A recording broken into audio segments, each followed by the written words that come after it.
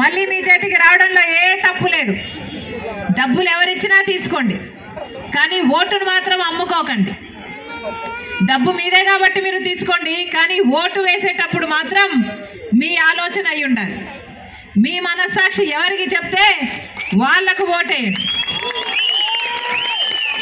మొదటి 5 సంవత్సరాలు మనం రాష్ట్ర ఏడిపోయినాక మొదటి 5 సంవత్సరాలు చంద్రబాబు గారికి అవకాశం ఇచ్చారు.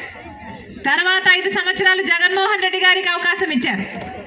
చంద్రబాబు గారైనా జగన్మోహన్ రెడ్డి గారైనా ఇద్దరిలో ఏ ఒక్కరైనా రాష్ట్ర హక్కుల కోసం కొట్లాడారా లేదా ఒకసారి ఆలోచించండి. రాష్ట్రం ఏర్పడేటప్పుడు మనకు ప్రత్యేక హోదా ఇస్తామన్నారు. ప్రత్యేక హోదా అంటే స్పెషల్ స్టేటస్, రాయితీలు వస్తాయి కాబట్టి మన రాష్ట్రంలో బ్రహ్మాండంగా పరిశ్రమలు వచ్చేవి.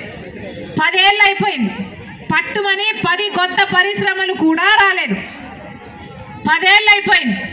ప్రత్యేక హోదా కోసం 5 సంవత్సరాలు చంద్రబాబు గారు, 5 సంవత్సరాలు జగన్మోహన్ రెడ్డి గారు అధికారంలో ఉన్నప్పుడు ఏ ఒక్కరూ ఒక్క నిజమైన ఉద్యమము కూడా చేయలేదు. ప్రత్యేక హోదా వస్తే ప్రతి నియోజకవర్గంలో ఒక 100 కొత్త పరిశ్రమలు వస్తాయి. అయినా కూడా ఏ ఒక్క నాయకుడు పట్టించుకోలేదు. 100 పరిశ్రమలు వస్తే ఎంత అభివృద్ధి జరుగుతుంది, మన బిడ్డలకు ఎన్ని ఉద్యోగాలు వస్తాయి, ఎంత ముందుకు పోతుంది మన రాష్ట్రం.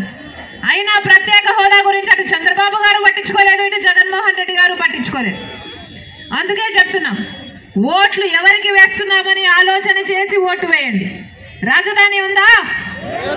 ఆంధ్ర రాష్ట్రానికి ఒక రాజధాని ఏడిచిందా? ఏం చెప్పాడు చంద్రబాబు గారు? అమరావతి రాజధాని అన్నాడు. 3D గ్రాఫిక్స్ అన్ని చూపించాడు. సింగపూర్ లా తయారు చేస్తానన్నాడు. అయిందా? సింగపూర్ ఉందా? జగన్మోహన్ రెడ్డి గారు మళ్ళీ ముఖ్యమంత్రి అయ్యారు.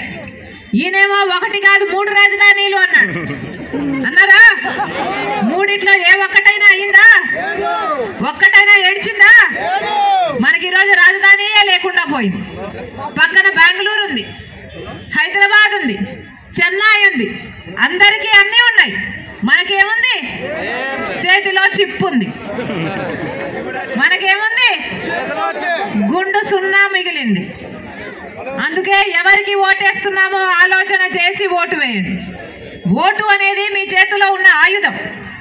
5 సంవత్సరాలకు ఒక్కసారి మాత్రమే వచ్చే ఆయుధం. ఓటు అనేది మీ జీవితాలను మార్చే ఆయుధం. ఓటు అన్నది మీ భవిష్యత్తే కాదు, మీ బిడ్డల భవిష్యత్తును కూడా ప్రభావితం చేసే ఆయుధం. అందుకే ఓటు అన్నది సక్రమంగా వేయకపోతే మీరు బానిసలు కావడమే కాదు,